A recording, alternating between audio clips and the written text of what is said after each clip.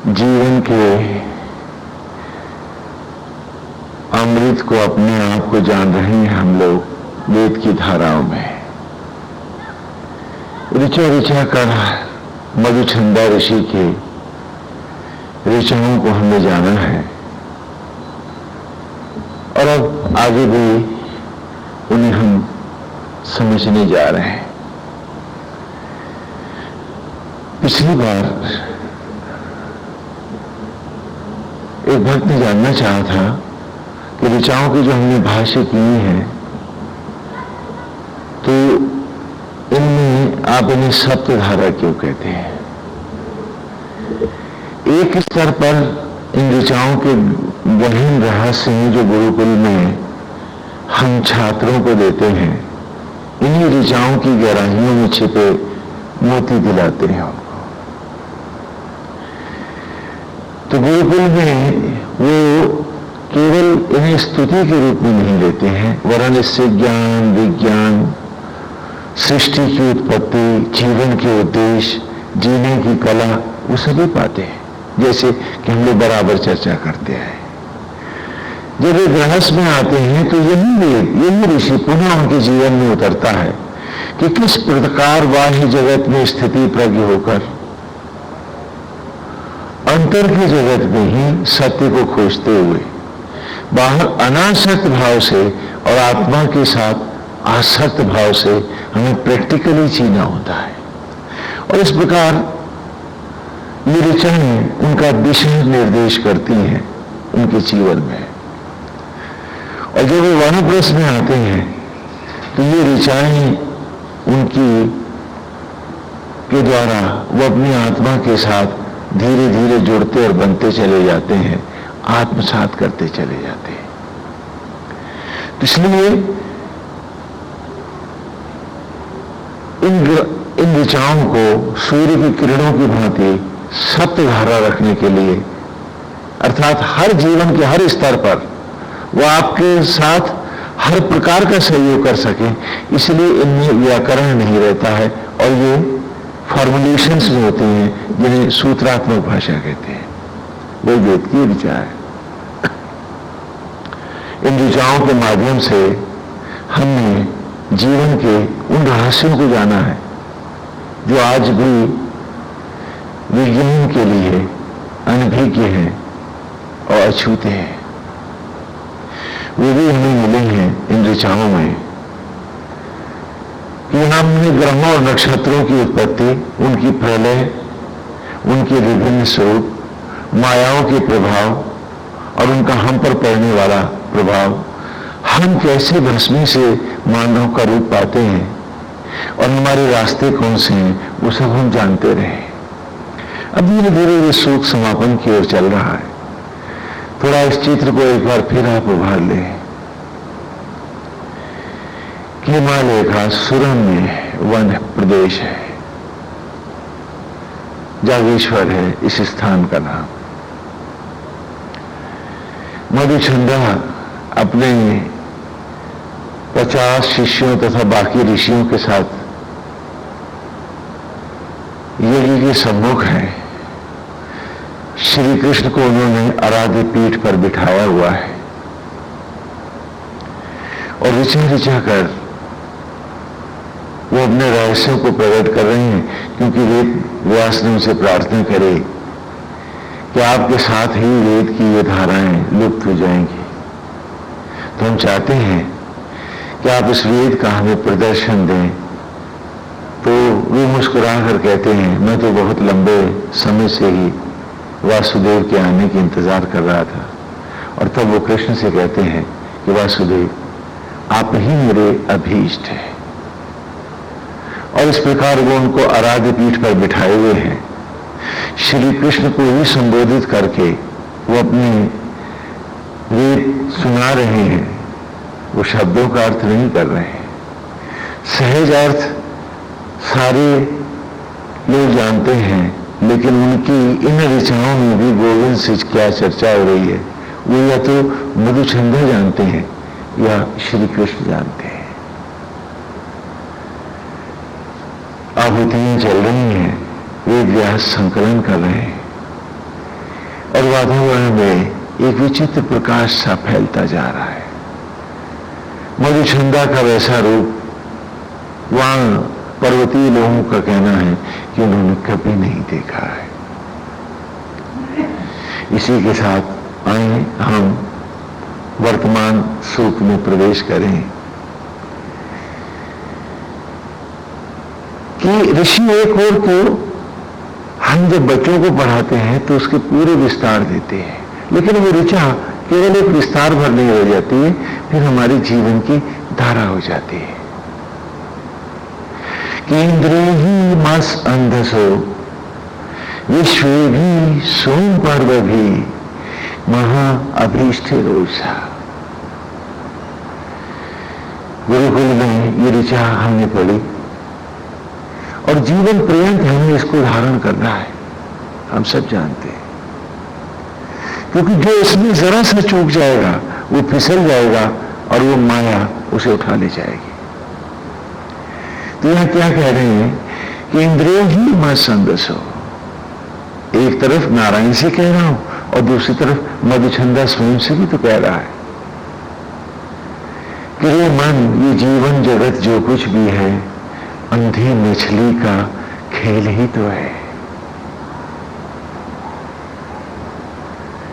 और अंधी मछली के खेल को हमने विस्तार से जाना है कि लकड़ी का खंभ है, उस पर एक चरखी बंधी है, डोरी से एक मछली टंगी है, कड़ाह में तेल खौल रहा है, 5 बाण है,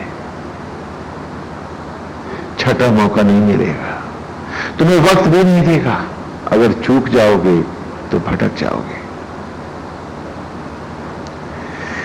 खेल की मर्यादा यह है कि ऊपर चरखी नाचती रहेगी, मछली डोरी के साथ अटपट दौड़ती रहेगी, परछाइयों में खौलता तेल होगा कड़ा में, और उसी में मछली की जो परछाई पड़ रही होगी, देखोगे परछाई और बींदोगे आंख। ये जीवन का सत्य है। वो जो नहीं दिखता है, वो जो निर्गुण है, वो जो अव्यक्त है, जो परमेश्वर है, वो मेरे भीतर है, बाहर उसकी परछाइयां हैं, उसी से भीतर का संधान लेना है मुझे। तो कहा इंद्रिय ही मां संदसो। महाभारत में अर्जुन ने द्रौपदी को पाया था, तो कहा इंद्रिय ही मां संदसो। रे मन जो जीवन है, मैं अपने से कह रहा हूं, ये जीवन जगत जो कुछ भी है अंधी मछली का एक खेल ही तो है। विश्व अभी संसार के सामने तो भी अंधी मछली का खेल है। अब आप पूरी ऋचाएं पढ़ाए हो काफी सारी,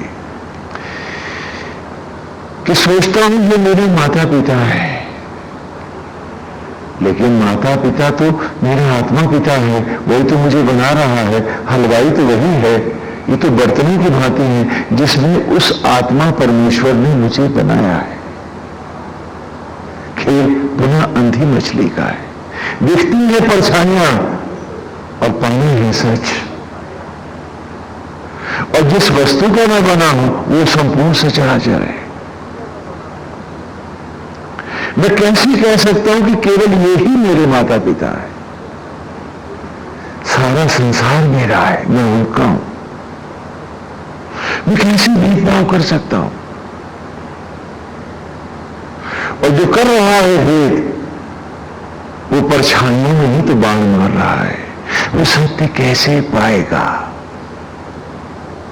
अध्यात्म फिलॉसफी कोई मनोरंजन नहीं, जीवन का तपता हुआ तप है, सच है, चमकता हुआ कण है।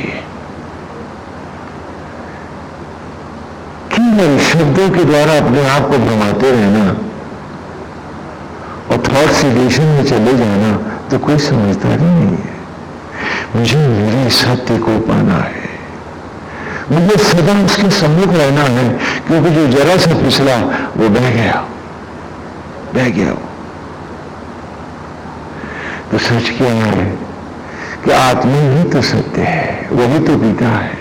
तो मेरा परिवार तो मेरे भीतर है और सारा सचराचर मुझे मिलकर बना रहा है। तो जब जगत के सामने खड़ा हूं तो भी देखो खेल अंधी मछली का है, कि केवल कड़ाह में देख रहा हूं कि ये माता पिता है और भूल रहा हूं कि लक्ष्य विपरीत खड़ा है। सोचता हूं ये जगत भोग्य है, मैं इंद्रियों के द्वारा संसार को भोगता हूं, यह पुनः खेल अंधी मछली का है। यदि इंद्रियों में सामर्थ्य ही नहीं होती तो कौन किसे भोगता? भोगा अपनी इंद्रियों को है और वो चली आत्मा के तेज से। और धन्यवाद, मैं बाहर जगत को दे रहा हूं एक अंधे की तरह, उस कुत्ते की तरह जो हड्डी मिल जाने पर अपने जबड़ों में चबाने लगता है, सोचता है कि इस हड्डी में बड़ा रस है। हड्डी होती है सख्त, जबड़ा उसका अपना फट जाता है कुत्ते का, और खून रिसने लगता है जबड़े में, तो हड्डी को चूसते हैं। जब उसे अपने खून का रस मिलने लगता है तो वो समझता है रस इस हड्डी में से आ रहा है। मेरी सारी विषयांगता, मेरे सारे भोग एक अंधी मछली का खेल ही तो है। तो बारंबार जब ये ऋचा जीवन में रहेगी तो तुम्हें बराबर फिसलने से बचता रहूंगा। जिस दिन मेरी ऋचा खो जाएगी मैं फिर फिसल जाऊंगा। तो इसलिए वेद गाए नहीं जाते, वेद पढ़े नहीं जाते, वेद केवल जाने में नहीं जाते, वेद जिए जाते हैं। सांसों की तरह, धड़कनों की तरह वे ही पाते हैं जीवन का सत्य। कहने लगे घर में टेलीविजन न हो, ये चीजें न हो, तो स्वामी जी बड़ा सुनने लगता है। खूबसूरत टेलीविजन लगा हुआ है, बड़ा अच्छा नृत्य भी हो रहा है, बहुत अच्छा डांस हो रहा है, उसमें आपका बड़ा मन लग रहा है और गाना भी हो रहा है। आप कह रहे हैं देखा कितनी रौनक है घर में, और तभी टेलीविजन आ गया एक टुकड़ा कागज का कि तुम्हारा वो जो निकटस्थ संबंधी है उसका एक्सीडेंट हो गया है, कंडीशन बहुत सीरियस है, तुरंत चले आओ। उस टेलीग्राम में आपके भीतर कुछ तोड़ दिया है और आप टूट गए हो। हे भगवान, ये क्यों हो गया? आप दहल गए हो। गाना वैसे नहीं चल रहा है, नाच भी नहीं चल रहा है, अब आनंद नहीं आ रहा है। एक सवाल पूछता हूं, अब उसमें से आनंद क्यों नहीं आ रहा है? क्या टेलीग्राम टेलीविजन के भीतर चला गया? क्या नाचने में कोई चेंज आया है? क्या गीत में कोई फर्क आया है? नहीं, टेलीग्राम ने तेरे भीतर कुछ तोड़ा है और जो शीशे की तरह झंझना के टूट गया है और तू बिखरता चला गया है। अगर आनंद टेलीविजन में था और टूटा तो कुछ तेरे भीतर था, तो वहां से आना क्यों बंद हो गया? बोलो, सच क्या है कि आनंद वही था जहां टेलीग्राम में तोड़ा था और हम परेशानियों से निपट कर उन्हें ही आनंद मान रहे थे, तेल में ही बांध रहे थे। मछली की आंख बीनते कैसे? जीवन का सत्य हम पाते कैसे? जाने की तैयारियां शुरू हो गई हैं, सारे शरीर कांप रहे हैं, भारी आशंका से मन व्यथित है और घर के लोग कह रहे हैं कुछ तो खा लो, बड़ी लंबी यात्रा है, पता नहीं वहां क्या देखने को मिले। अच्छा चलो 2 रसगुल्ले ही खा लो। फीके लगते हैं वो रसगुल्ले, वो टेस्टलेस हो जाते हैं, गले के नीचे सरक के नहीं देते। अगर मिठास रसगुल्ले में थी तो टेलीग्राम में तो तेरे भीतर तोड़ा था, मिठास वहां क्यों मर गई थी? पूछता हूं आपसे, मिठास भी वही थी जहां आत्मा गोविंद वो सर्वानंद था, निरंतर आत्मा था, श्री कृष्ण था। और हम केवल बाहर बाहर भागते रहे क्योंकि ये ऋचा हमारे जीवन में नहीं थी। एक एक ऋचा का अमृत है वेद का, एक एक ऋचा का, और ऐसी ही अमृत में ऋचाओं को हम पढ़ते आ रहे। तो कहा विश्वेरी कि हम तो इंद्रियों को आनंद पाने बैठे थे, जबकि आनंद आत्मा था, इंद्रियों नहीं। इंद्रियां तो केवल अभिव्यक्ति का माध्यम है, they express the happiness within my own self, जो मेरे भीतर पैदा होता है ना, उसको ये अभिव्यक्त करते हैं, बताते हैं, एक्सप्रेस करते हैं। जैसे मोर में आनंद की हिलोर आई तो नाचने लगा, तो नाचना आनंद नहीं, उस आनंद का जो उसके भीतर आया, सो इट एक्सप्रेसेस कि मेरे भीतर ये सुख है। बछड़ा बमाने लगा तो इंद्रियां केवल आनंद को एक्सप्रेस करती हैं, इंद्रियां स्वयं में कोई आनंद नहीं होती। और हम वो अज्ञानी हैं कि जो इंद्रियां कोई आनंद बना लेती। और उस कंफ्यूज लेवल पर जहां पशु भी नहीं जीता, हम मनुष्य होकर जीने लगते हैं। क्यों? क्योंकि ये ऋचा जो हमारे पास नहीं होती है। हम खाली शब्द जाल में मैं क्या हूं, मैं शरीर, मैं ये, कि मैं फलाना, मैं ठिकाना, उसी में हम खो कर रह जाते हैं। कि एक बार फिर अपने आप को एक बार फिर जिंदा बनाना चाहते हैं और जीवन के यथार्थ को, सत्य को हम अपने साथ रखना नहीं चाहते। तो इसलिए वेद कहता है कि वेद जिया जाता है हर सांस प्रति क्षण। तो इसलिए ऋषि ऋचाओं को भी स्वरूप में होते हैं कि लाइफ की कहीं पर भी किसी अवस्था में तो खड़ा है, वो ऋचा फिर तेरे साथ है और फिर उसका वहां पर भारी यथार्थ है। हर एज, हर काल, हर अवस्था में एक ही ऋचा तुम्हें हर जगह गाइड करेगी। इसलिए ये लैंग्वेज फॉर्मुलेटिव है, सूत्रात्मक है। हाँ, समझ में आता है। तो कहा विश्व में भी, संसार के सामने भी खड़ा हूं तो खेल मस अंधस का है। सोचता हूं बड़ा हो रहा हूं, घट रहा हूं, उम्र तो जा रही है। सोचता हूं बटोरा है बहुत कुछ, और सत्य क्या है, इतनी सी जिंदगी फिर राख हो गई है, इनमें कुछ साथ जाना नहीं। जाता मात्र एक संस्कार और उसको भी बेचकर मैं मट्टी बटोरता हूं कि संस्कारों को पवित्र करता हूं जो जाते साथ मेरे, लोभ से, मोह से, ईर्ष्या से, द्वेष से, असत्य से, अज्ञान से, झूठ से, भेदभाव से, इन सब से ऊपर हटता और अपने संस्कार को ईश्वर बना लेता। क्योंकि संस्कार ही साथ जाएगा। जब मैं दूसरे से झूठ बोलता हूं, संस्कार तो मेरा मैला होता है। जब मैं दूसरे से बदला लेता हूं, पाप तो मेरे बदन पे चढ़ता है।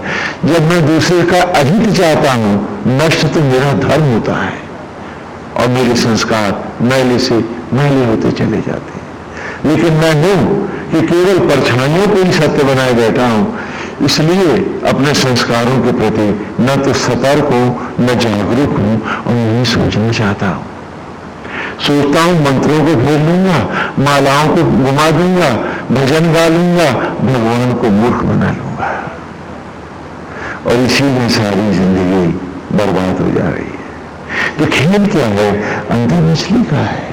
और कहा सोम पार्वती कि ईश्वर की राह में, ज्योतियों की राह में आया हूं, तो भी ये खेल अंधी मछली का है कि मंदिर आया हूं, मंदिर तो ये है, वहां परछाई है, ये सत्य है। मुझे मेरे ही रूप को बढ़ाने के लिए ही तो धर्म ने ये मंदिर बनाए हैं। पलथी के जैसा चबूतरा है, धड़ के जैसा गोल कमरा, सिर के जैसा गुंबद, जटाओं के जूड़े सा कलश, आत्मा जैसी प्राण प्रतिष्ठित मूर्ति, जीव रूप पुजारी मेरे जैसा खड़ा है मंदिर में, और यहां साक्षात आत्मा है तो वहां मूर्त लगी है। तो यहां भी पुनः खेल क्या है? मंस अंधसो। झुक वहां रहा हूं, झुकना यहां है मुझको, तप वहां रहा हूं, जलना यहां है मुझको। मंदिर वो तो ईंट पत्थरों का है, इसकी हर ईंट उसकी पर लगाई हुई है। यदि ये मैला हो गया तो मैं पुजारी कहां रहा, मैं भक्त कहां रहा, मेरा ईश्वर कहां है, मेरा धर्म कैसा है?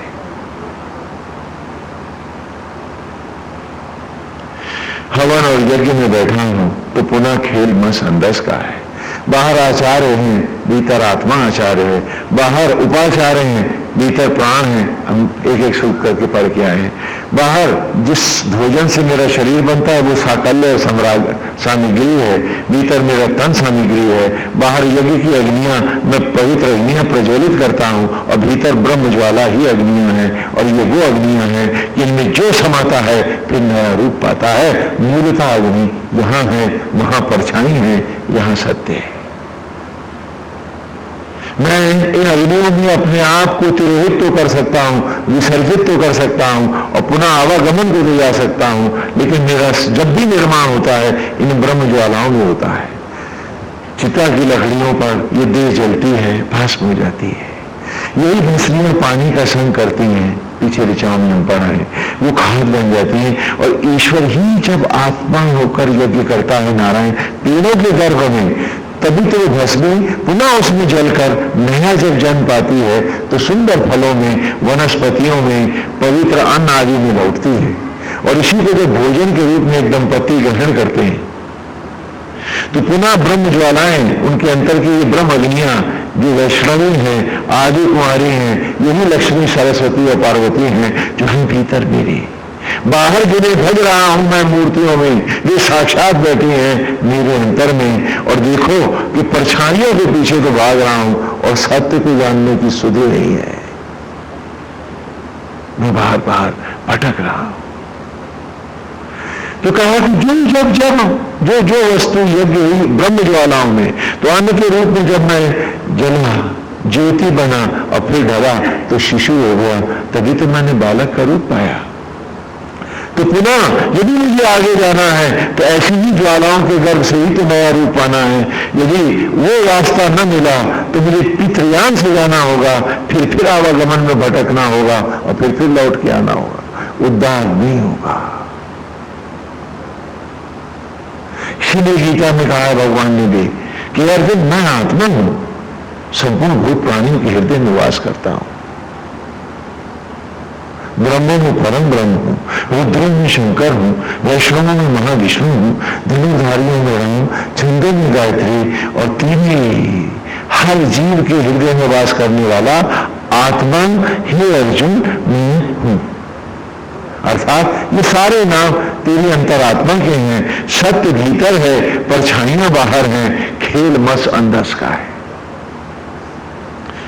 अपने आप को कंफ्यूज न कर, बाहर अपने आप को इतना ज्यादा आसक्त मत बना कि तेरे भीतर का द्वार ही बंद हो जाए और तू सिर्फ परछाइयों बनकर प्रेत योनियों में भटकता रहे और फिर तब कहीं इस दुर्लभ मनुष्य जन्म को पाए। सीधा सीधा भीतर आ, अपनी आत्मा में यज्ञ हो जा। यही समय की पुकार है, मस अंधस के खेल को जाग। ये अंधी मछली का खेल है। पहली ही ऋचा सूप की इस अमृत के साथ आई है और ये ऋचा भूलने की नहीं, हर सांस याद करने की है। आगे कहता है अनैनम सजता सुते मंदिराय मंदिने चक्रम विश्वानी चक्र।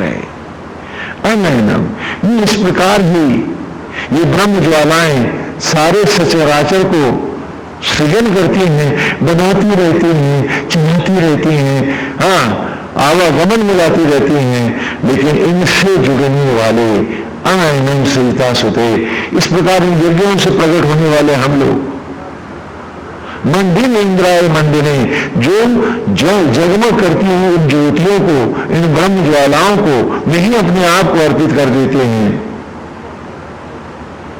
यही इस सत्य को पाते हैं। बाकी सब परछाइयों में भटक जाते हैं। और इसमें जाने के लिए फिर कहता है मधुचंदा कि मतस्वां सुशीप्र मंदिपी स्तोमे विश्वचर्षणी सचेशु सवनेश्वर, कि जो बाहर अनासक्त नहीं हुआ वो मस्त नहीं हुआ। जो बाहर आसक्तियों में लिपटा बैठा है वो चिंता मुक्त ही नहीं तो मस्त होगा कैसे। और वो जो अपने दंड के साथ जुड़ा बैठा है, जो अपने लोभ और मोह के साथ ऐसी गंदी मनोवृत्तियों के साथ जुड़ा बैठा है, वो मस्त होगा कैसे। और जिसमें होगी न मस्ती हाथी की वो साधना करेगा कैसे। वो गणपति ही नहीं तो साधक कहां का। जो चिंता में, ईर्ष्या में, द्वेष में, लोभ में, मोह आसक्ति में बैठा है, वो तो सत्य को जानता ही नहीं है, वो तो अज्ञानी है। और अज्ञानी की समाधि अज्ञान ही होता है। और इसे हमने पिछले ऋचाओं में बहुत अच्छे से पढ़ा है कि साधना एक ऊर्जा है, एक नशा है, एक शक्ति है। तो साधना और शराब जिसके जो भीतर होता है उसी को बढ़ा देती है। क्रोधी का क्रोध, कामुक की कामुकता, दंभी का दंभ, लोभी का लोभ, विनम्र की विनम्रता बढ़ा देती है। रावण को साधना इतना ऊंचा उठा देती है कि वो ईश्वर के हाथों अपने दंभ, कामुकता और क्रोध के कारण मारा जाता है। और वही साधना ऋषि को मोक्ष दिला देती है। तो साधना से पहले बर्तन को मांझ। जिसका मन मैला है उसकी साधना भी अभिशप्त है। और हम हैं कि अपने गंदे स्वभाव को मांझते नहीं है, अपनी लोभी मनोवृत्तियों को त्यागते नहीं है, खाली माला फेरना चाहते हैं, शायद अपने आप को धोखा देना चाहते हैं। जानते हैं कि मैले बर्तन में भगवान की आरती नहीं होती। तो जब उस मूर्त की आरती नहीं होती तो साक्षात को भजा कैसे तुमने? तो मन को धोना है, मन को मांझना है, मन को सभी प्रकार के आसक्त जगत से छुड़ाना है। तभी तो ये अवस्था आएगी मतस्वा। मत मानी मस्त है, स्व मानी आत्मा में। हाँ, इसे आज की पाणिनि संस्कृत में लिखेंगे तो इन्हीं शब्दों को उलट देंगे तो आ जाएगा स्वमस्ता। स्व माने आत्मा में जो मस्त है। जैसे स्वस्थ शब्द है, स्वधन स्था। जो स्व माने आत्मा में स्थित है वो स्वस्थ है, जो आत्मस्थ है वो स्वस्थ है। वस्तुतः स्वस्थ का अर्थ आत्मस्थ ही है। हाँ, और जो आत्मस्थ है वो स्वस्थ है ही है। तो अंडरस्टूड है। हाँ, तो मतस्वा जो आत्मा में मस्त हो गया है, सुशिप संदेश का खेल को पहचान कर हर क्षण जानता हुआ मतस्वा जो आत्मा में मस्त हो गया है, सुशिप, और उसी के मंगल उत्पत्ति के रहस्यों को जानता हुआ अपने आप को उसी की राह ले चला है। मंदगी और जो आत्म ज्वालाओं का सदा सम्मुख कर रहा है, स्तोम भी जो इस आत्मा रूपी यज्ञ के सम्मुख हो गया है। स्तोम अभी, स्तोम भी है ना, स्तोमानी यज्ञ, अभिमानी सम्मुख होना, तो जो आत्म ज्वालाओं के सम्मुख रहता है, अर्थात जिसके मन से अपनी आराध्य की मनोहारी छवि और उसका रूप कभी नहीं जाता है, जो उठता बैठता सोता जगता उसकी सुंदर नैना विलीन छवि में खोया है, और अपने आप को मन से वाचा कर्म पूर्ण रूप में नारायण को अर्पित करके उसी का होके, उसी भी से लेता हुआ, उसी को देता हुआ, सचराचर में भी सभी में उसी को जानता हुआ जो उसी में डूब गया है, जो उन ब्रह्म ज्वालाओं की को भी निरंतर अनुभूत कर रहा है, जो उन्हीं में अपने तन के रोम रोम को पकाने लगा है, किसी से रहने लगा है, अपने आप को मनसा वाचा कर्मणा, विचार से, मन से, विचारों से, आचरण व्यवहार से श्री हरि को अर्पित हो गया है। वो जो जीवन यज्ञ के सदा सम्मुख हो गया है, जो पा गया है इस सत्य को कि यहां से तो सब खर्च हो जाना है, लेके तो कुछ भी नहीं जाना, जो जान गया है इस सत्य को,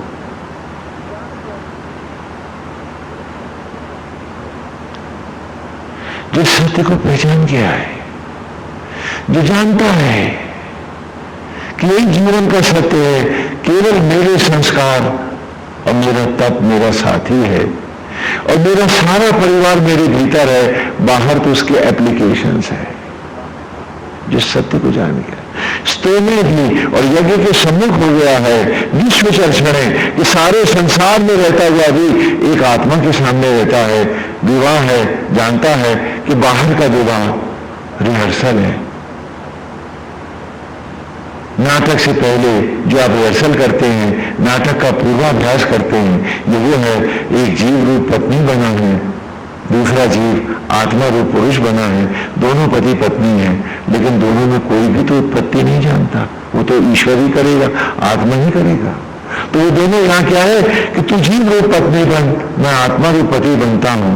सप्त फेरे लेते हैं, सप्तपदी करते हैं कि सप्त वासनाओं से उपराम होकर आत्मा रूपी यज्ञ में, ब्रह्म ज्वालाओं में स्वयं को यज्ञ करने के लिए, आत्मा श्रीवर को पाने के लिए हम पूरी ईमानदारी और शास्त्र से, पूरी श्रद्धा के साथ इस पूरी ईमानदारी से दाम्पत्य धर्म को धारण करते हैं। क्योंकि अगर रिहर्सल गलत हो गया तो मंच पे कौन आने देगा, वक्त हमें भीतर भी तो न जाने देगा। तो आओ धर्म पूर्वक, शास्त्र पूर्वक हम गृहस्थ धर्म को धारण करते हैं एक पूर्वाभ्यास में। लेकिन विवाह तो तभी होगा जब जीव की ग्रंथि आत्मा श्री कृष्ण से अंतर में जुड़ेगी, भीतर ब्रह्म ज्वालाओं के सामने। तो आओ पूरी ईमानदारी से रिहर्सल करें, न धोखा दें, न कोई धोखा दे किसी को। पूरी तरह से एक रिहर्सल को रिहर्सल जानकर उसे सही अभिनीत करने के लिए आत्मा के मंच पर समाधिस्थ होकर हम पूरा ईमानदार आचरण करें। तो विश्व भी, संसार के सम्मुख रहता हुआ भी, जो इस प्रकार इस खेल को भी मस अंधस का खेल जानता है कि परछाइयां बाहर हैं, मछली भीतर है। सच ऐशु जो अपने आप को निरंतर जोड़ता रहता है ब्रह्म अग्नियों से, सवनेश्वा और ईश्वर के तप से, ध्यान से, पूजा से, सत्य से, जो अपने आप को रोम रोम निरंतर नहलाता रहता है, ये राह उसी की है, ये मार्ग उसी का है, तप वही जानता है। अश्री ग्रमीन्द्र ते गिरा, बीच बीच में चले गए, अश्री ग्रमीन्द्र ते गिरा प्रतीत्वा बुधा सत अजोषा वृषभम पति। और ये सृचा ने, हमने बड़े विस्तार से इसे जाना था कि सृचा के द्वारा ही श्री राम मर्यादा पुरुषोत्तम कहलाते हैं। गुरुकुल में जब ये ऋचा पढ़ाते वक्त वशिष्ठ ने कहा था कि श्री राम तुम इस ऋचा की दुहाई हो, प्राचीन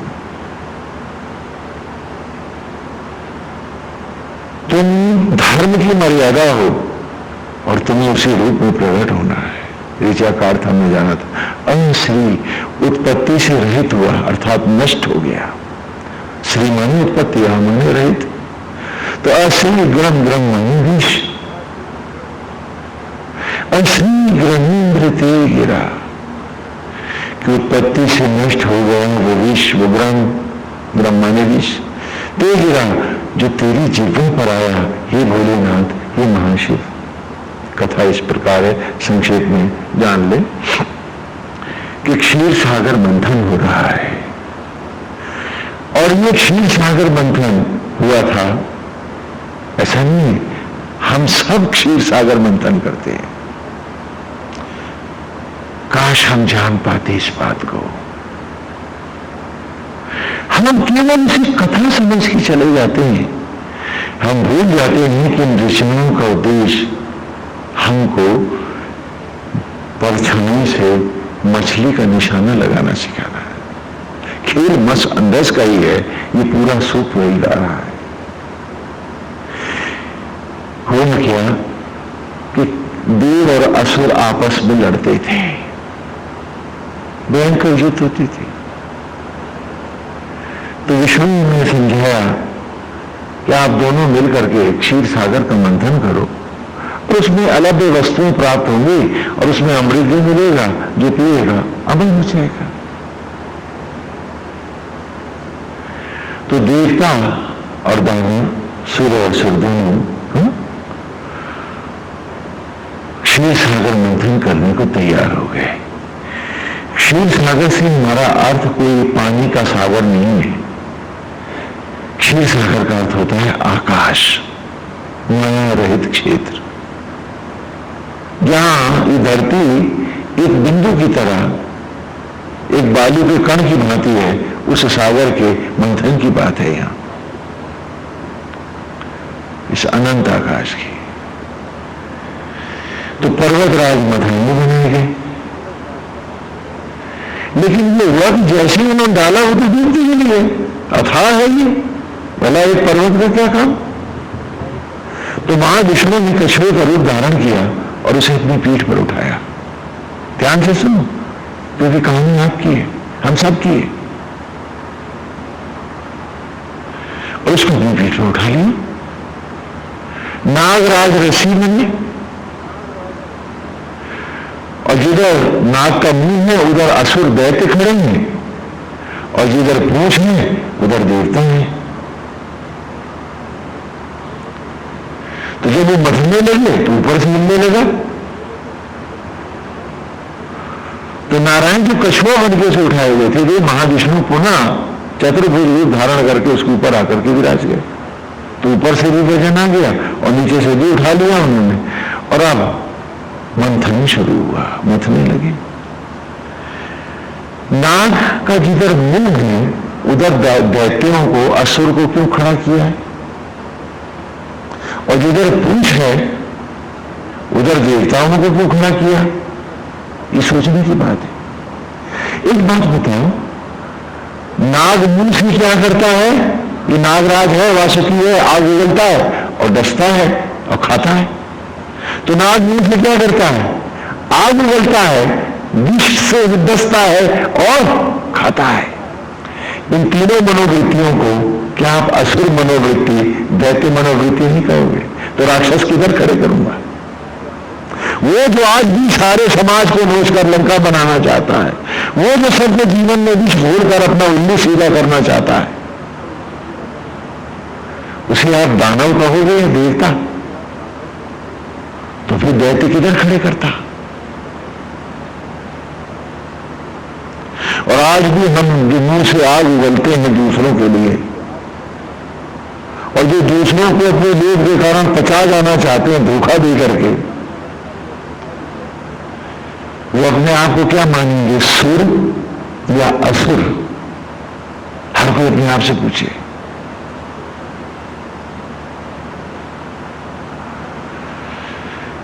पूछ से विसर्जन है, त्याग है, त्याग ही देवता है। फिर देवता पीछे खड़े हैं और मथा जा रहा है क्षीर सागर। मथ रहे हैं दोनों। हाँ, बहुत सी अलग वस्तुएं निकली, महाविष निकला, हलाहल निकला। हम उसे विष को कौन पिएगा? उस विष का विनाश कौन करेगा? कौन होगा समर्थ? किसमें है समर्थ उसकी? कोई देवता राशि नहीं। तो भोले भंडारी महाशिव ने कहा कि सबके कल्याण के लिए शिव शंकर उस विष का पान करेंगे। ये ऋचा उसी को गा रही है। अस्मी ग्रमेंद्र ते गिरा, उत्पत्ति से नष्ट हो गया विष, उस विष का विनाश हुआ जो विनाशक था सबका, जो सबको मिटाने आया था। वो विष स्वयं मिट गया। असली ग्रह जब वो तेरी जिह्वा पे आया, जब तूने पी लिया उसे। प्रति त्वाम उदासत, और उसके बदले में तुमने सारे सचराचर को मोद मंगल और आनंद दिया। उदासत, आनंद दिया। प्रत्युत्तर में, बदले में त्वाम, तुमने उदासत, मोद मंगल और आनंद दिया। अधुषा वृषभम पतिम, अजर अमर हो गई। हे शिव, हे बैल पर आरूढ़ हो जाने वाले, हे वृषभपति, हे वृषभ केतु, हे शिव, तेरी ये कथा सचराचर की धड़कनें बन गई, जीवन की राह बनी। और आज भी है कि आज भी वो ब्रह्म अग्नियां, प्रलय की अग्नियां, वो आत्म ज्वालाएं, ब्रह्म अग्नियां आज भी पेड़ों के गर्भ में सारे समाज के विष का ही तो पान करती हैं। वो जो तुम फेंक आते हो गंदगी, उसी को तो खाद में जलाता है, वो वही तो विष का पान करता है। और प्रति त्वाम उदासत, और पीती हो वो विष, वो सड़ान, वो दुर्गंध, और देती हो अमृत, फल, मोद, मंगल, आनंद और जीवन। अगर ब्रह्म ज्वालाओं में तेरी ये राह नदी होती तो आज किसके घर औलाद होती और किसके घर में एक धड़कन भी होती, कोई जिंदा होता। तो ये शिव, जिसने धर्म की इस मर्यादा को नहीं जाना, उसका धर्म विषैला है, वो अमृत क्या पाएगा। कितनी अद्भुत ऋचाएं है ये। काश हम इन्हें अपनी राह बना पाते, इन्हें अपनी धड़कनों और सांसों में बसा पाते, तो ये जीवन धन्य होता। पोथे रटे पड़े हैं, कुतर्कों में फंसे बैठे हैं, शब्दों के जाल बनाए हुए हैं और बोल रहे हैं कि अमृत जैसे जीवन के क्षण बहे जा रहे हैं, और हम हैं कि मात्र भटक रहे हैं।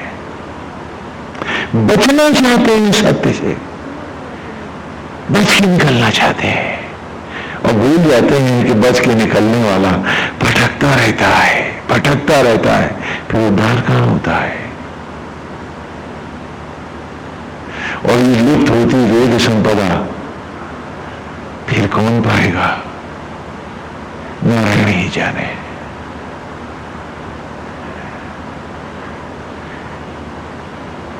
तो कहा वो जो सत्य को जानता है, जो इस बस अंधस के खेल को जानता है, वो अपने शरीर के साथ गुण नहीं करता है।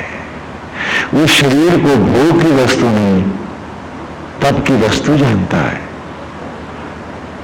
तो वो पाप नहीं करता। और जो अपने साथ गुनाह करने से बाज नहीं आ रहा, वो सगा किसका है, वो किसका सगा हो सकता है। वो अपने आप को भोगने से दे रहा है। जो इंद्रियों के विषयों में फंसा बैठा है, जानते हुए भी वो गलत है, फिर भी वो कर रहा है, उसका उद्धार कैसे हो सकता है। या तो भगवान पहले विषयों का उद्धार करें, कहें कि ये भी सच है, तो तब उसका उद्धार हो। सोचिए। तो कहा असली ग्रहेंद्र ते गिरा, तो क्षीर सागर मंथन की कहानी है। हम जैसा अंतरिक्ष बाहर है, वैसा ही हमारा भीतर है। हम सारे ब्रह्मांड का छोटा चित्र है, देखने का। हमारे भीतर भी एक आकाश है, हमारा क्षीर सागर जैसा ही ग्रे मैटर हमारे भीतर भी है, और उस आकाश में हमारे देव और दानव विचार है। काल अर्थात समय ही नाग है, वक्त ही रस्सी है, और संकल्प का ही यहां पर्वत है। हम सब मतते हैं अपने आप को। जीवन एक मंथन है। एक तरफ मेरे देवत्व के विचार हैं, सत्य को पाने का इच्छा है, दूसरी तरफ भौतिक तृप्तियां और विषय हैं, दोनों मत रहे हैं। जीवन एक मंथन के रूप में मथा जा रहा है। हम सब अपनी लाइफ को, अपने जीवन के क्षणों को निरंतर मथ रहे हैं। ये मंथन निरंतर है, जारी है, बराबर हो रहा है।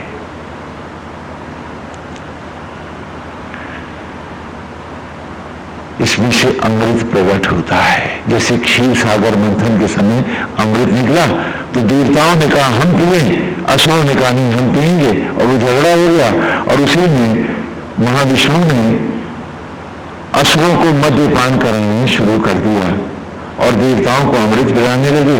लेकिन एक राहुल नाम का दैत्य था जो दोनों के बीच में छिप के बैठ गया। जब विष्णु को पता चला, सूर्य और चंद्रमा ने बताया कि हमारे बीच में रूप भरे बैठा है, ये कोई देवता नहीं, ये तो राहु है, तो विष्णु ने सुदर्शन चक्र मारा तो उसके दो टुकड़े हो गए। एक बना राहु और दूसरा बना केतु। एक सूर्य को ग्रहण मारता है और दूसरा चंद्रमा को। तो हमारे शरीर में भी सूर्य कहते हैं आत्मा को, वो भी पढ़ने, और चंद्रमा कहते हैं मन को। राहु कहते हैं विषय वासनाओं को, विषयांधता को, मटीरियल को, भौतिकताओं को, और केतु कहते हैं दंभ को, क्रोध को, ईर्ष्या को, द्वेष को। मतलब हम सब अमृत प्रकट होता है। हमें सोचना है कि जीवन में पाए हुए इस अमृत को असुरों को मिलाएं तो मकान कई मंजिला हो जाएगा, पैसा बहुत इकट्ठा हो जाएगा, देवत्व प्यासा रह जाएगा, मकान के ऊपर कोई मंजिल खड़ी हो जाएगी। जिंदगी की कितनी मंजिलें मैं ढा चला हूं, काश मुझे याद आ जाए कि आया था जीवन का अमृत।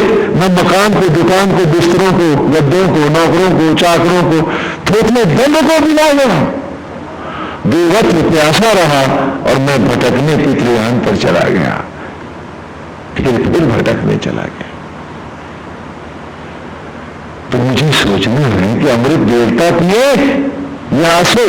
अगर दैत्य पिए, असुर मेरे विचार आप माने रहे और सुर माने देवता, देवत्व से ही। यदि गंदे विचारों को ही, बदले को, ईर्ष्या को, देश को, आसक्तियों को, मेरे तेरे को, अपने पराये को, इन्हीं को मैं अमृत पिलाता रहा, मेरी सारी पूजा इनको जाती रहेगी और मेरा विनाश होता रहेगा। मुझे सोचना है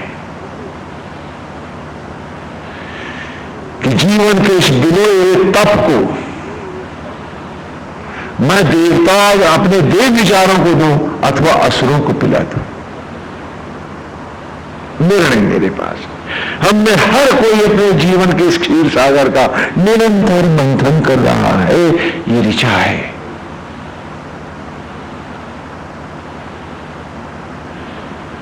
हम किसे पालेंगे? गंदे स्वभाव को, गंदे विचारों को, गंदे संग को, किसको? हमें सोचना है। अथवा देवत्व को, प्रभु की भक्ति को, नारायण के रूप को, सब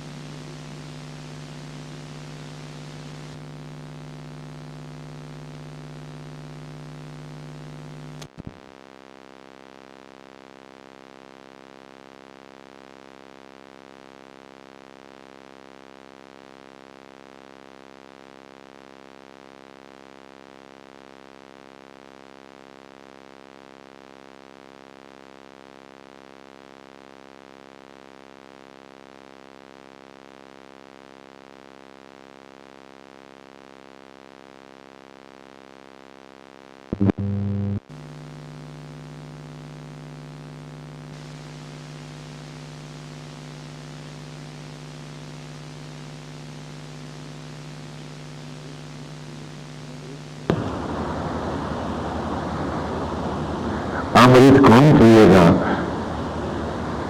ये हमें पूछना है अपने आप से। हम भी तो मत रहेंगे।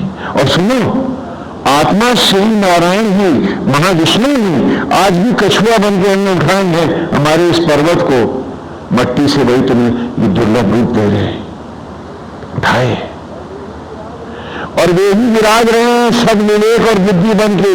आत्मा हमारा ही परमेश्वर बन के, विष्णु बन के बैठा है। हम खाली मत रहे हैं, नीचे से उठाए हैं कि रसातल में न चले जाएं, ऊपर बैठे हैं कि ऊपर से हिलने न लगे, मंथन ठीक होता रहे तुम्हारा। और मत रहे हैं हम, निर्णय भगवान ने हमारे हाथ में डाल दिया कि भूल किधर जाएगा। तुम सब मत रहे हो, मत सब मंथन हम सब का निरंतर हो रहा है। देवत्व प्यासा रहेगा जीवन में, वहां खाली धोखाधड़ी नहीं। और आज देवत्व कितना प्यासा है कि माला फेरते ही मैं कुछ फल पाना चाहता हूं अस्वास्थ्य के लिए। नारायण से मिलना क्या है मुझे? कितनी माला फेरी है तो भगवान मेरे ये काम और कर देना, ये देने, ये समान और दिला देना। देवत्व प्यासा है, असुर अमृत पीता है। और हम हैं कि चाहते हैं कि माला फेर के मोक्ष पाने। हम किसको धोखा दे रहे हैं? हम पूछें अपने आप से, ईमानदारी से पूछ डालें, काश हम देवत्व को पिलाते कि प्रभु क्या चाहते हैं, मुझे क्या होना चाहिए, मेरे सुझाव कैसे होने चाहिए जिससे मैं प्रभु को पाऊं। वो तड़प जो मेरी मट्टी के लिए है, आज गोविंद के लिए क्यों नहीं है? ये अमृत का कटोरा मैं देवत्व की ओर क्यों नहीं ले जाता कि देवत्व अमर हो जाए, मैं अमर हो जाऊं। असुर अमर होंगे तो मैं प्रेतावस्था को, असुर अवस्थाओं को ही तो जाऊंगा। देवत्व अमर होगा तो मैं ही तो देवत्व पाऊंगा, अमर अवस्था पाऊंगा। हम सब मत रहे। राहु अर्थात विषयांतता ने मन को आच्छादित किया है, मन पर ग्रहण पड़ा हुआ है। जानकर भी न जानता हुआ, मानकर भी न मानता हुआ। क्यों? क्योंकि राहु का ग्रहण जो है, जानता हूं गंदी बात है, फिर भी नहीं करता हूं।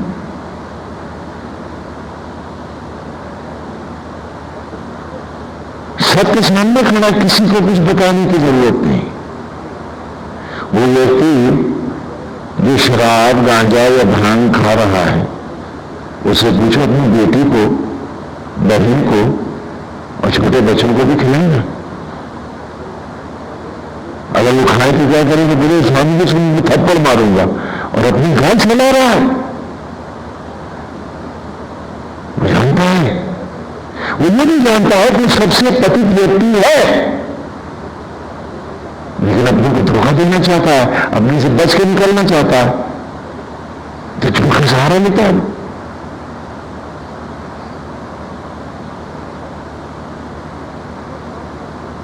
जो काम तुम नहीं चाहते तुम्हारे घर की कन्या करे, पत्नी करे, बहन करे या मां करे, वो तुमको छूट कहां मिली? वो क्यों कर रहे हो? स्पष्ट है कि तुम असुरत्व को ही पिलाना चाहते हो, देवत्व से तुम्हारा कोई नाता नहीं है। उन्हें तो तुम ठगने के लिए माला फेर रहे हो। ऐसे हर काम, हर एक काम कि तुम लोभ करो तो तुम्हारी समझदारी है, ठगो तो, और दूसरा करे तो बड़ी घटिया हरकत है। क्या ऐसे व्यक्ति को मोक्ष मिलेगा? पूछो अपने आप से।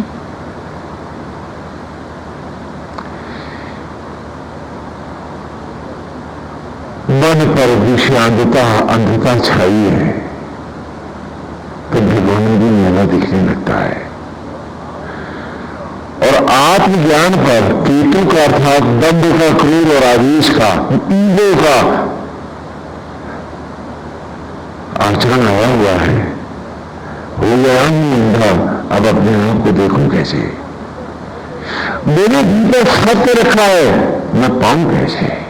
अब तो घर बार तेल में है। अब मुझे नहीं याद कि खेल मस्त अंधसा है, जहां मछली दिखती है वहीं दिन में पहुंच जाता हूं, मछली पाएगा कहां? वो तो ऊपर खंभे में चढ़े, नीचे तो पीछे नहीं है। और जिंदगी फिसलती जाएगी तो कभी लक्ष्य न पाएगा। 5 बाण है, इन 5 ज्ञानेंद्रियों को बाण बना, और इसके पहलेपन के साथ जीवन के लक्ष्य को भी सत्य की ओर आ, धोखा देना बंद कर दे।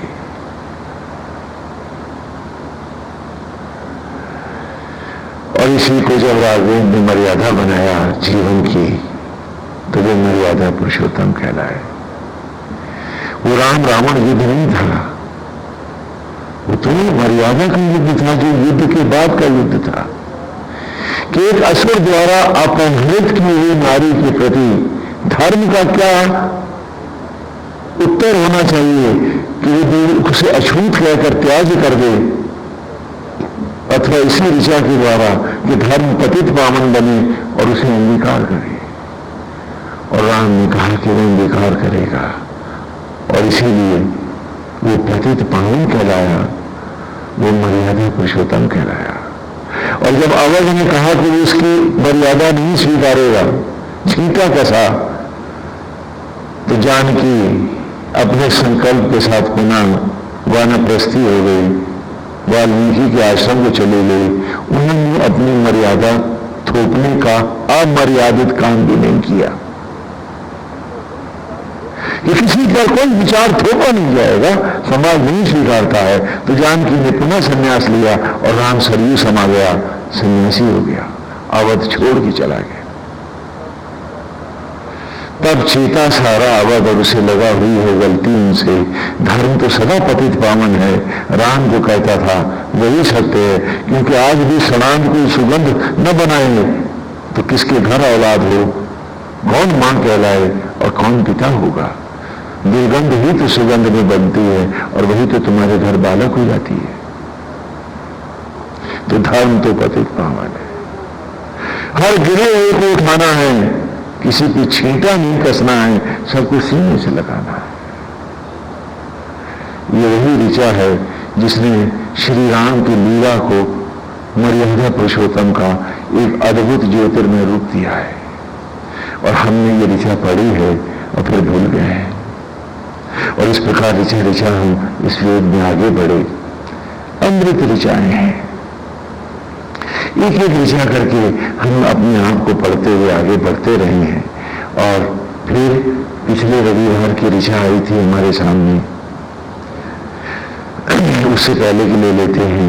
संगो महेंद्र वाजो दसमी पृथु श्रवो बृहत विश्वायोर्धे अक्षिति, कि जो ज्योतियों के सात्मक है। अब यहाँ जब ऋचा संन्यास भाव में आती है तो वो ऐसे पढ़ी जाती है। गुरुकुल में तो इस प्रकार उससे संपूर्ण ज्ञान दिए जाते हैं, गृहस्थ में तो उसको इस प्रकार आटो सजेशन और आचरण बना के जिया जाता है। और वनवास में जब संन्यास में आ जाते हैं, जब एको आत्मा एको कृष्णा द्वितीय नास्ती रह जाता है, तो इस ऋचा का वो ऋचा वही रहती है, उसका भाव ये हो जाता है। इसीलिए व्याकरण नहीं होता इसमें कि संग गो मदेंद्र। अब मैं अपने से कह रहा हूं कि सन्यासी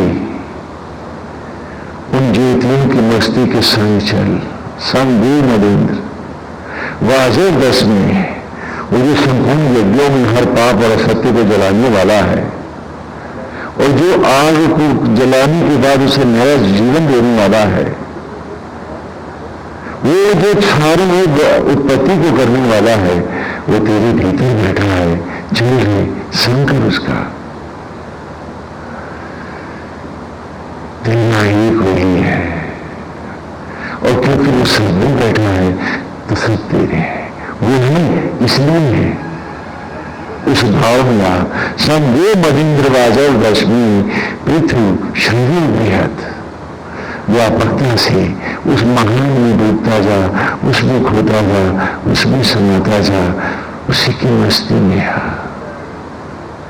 विश्वायु अक्षति, वही है जो तुझे अनंत आयु देगा, तुझे अमर अवस्था देगा, जीवन की हर क्षण का अमृत। आज देवत्व को पिला, असुरों को नहीं।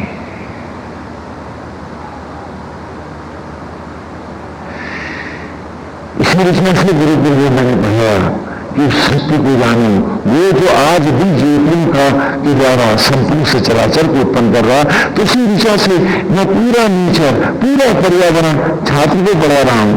और गृहस्थ जीवन की हर सांस में जानता है कि वो भोजन भी दे रहा है तो आत्मा को अर्पित कर रहा है, ये भी ब्रह्मात्मा है, ये यज्ञ है। तो यही ऋचाएं उसके जीवन की सजेशंस बनी हुई है। वो इन्हीं के साथ जुड़ा होने के कारण विसलता नहीं है, आसक्त नहीं होता है। और आसक्त नहीं होता है तो सदा सुखी रहता है। आज आप समझिए स्वामी जी, शायद अगर हम आसक्त नहीं रहेंगे तो हमारे काम गड़बड़ हो जाएंगे। नहीं, आसक्ति काम गड़बड़ करती है, यह नहीं जानती। क्योंकि आसक्त भाव के कारण हम सही निर्णय नहीं ले पाते हैं। इसलिए हर समस्या के समाधान में हम एक नया झगड़ा और एक नई समस्या स्वयं बन जाती है।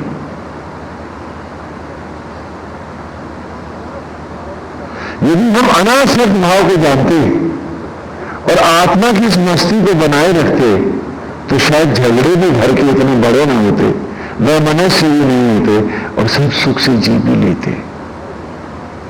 और हमने हर व्यक्ति जानता है कि चिंता से, क्रोध से, बदले की भावना से कोई बिगड़ा काम सुधरता नहीं है।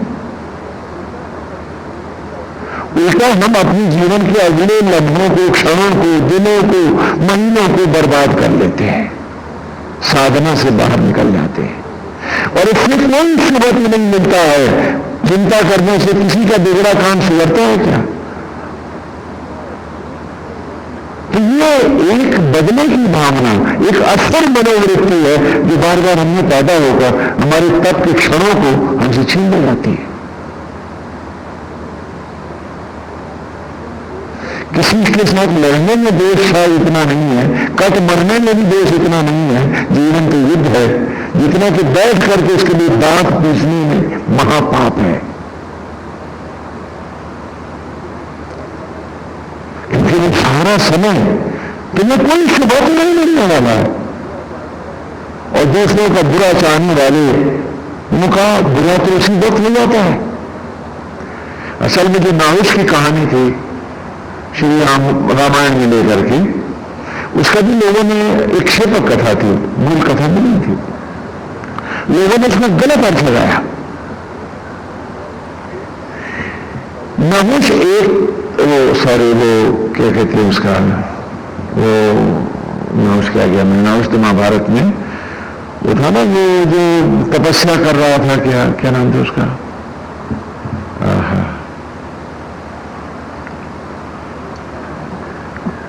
मलेश था, क्या नाम था उसका, शंबुक।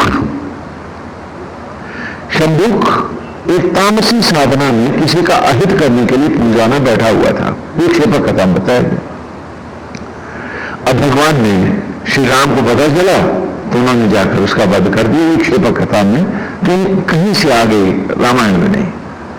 वस्तुतः यहां किसी कथावाचक ने, किसी तपस्वी ने एक उदाहरण के रूप में कथा दी थी। शंभु कहते हैं जो तामसी मनोवृत्तियों का है, जो दूसरों का अहित करने के लिए भगवान की पूजा करता है, तांत्रिक जिसे आप बोलते।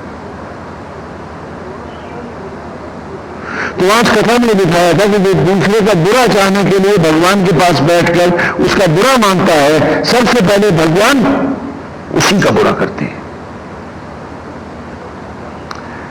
क्योंकि इस पवित्र राह में बदले का कोई स्थान नहीं होता है। ये तो दया की, क्षमा की,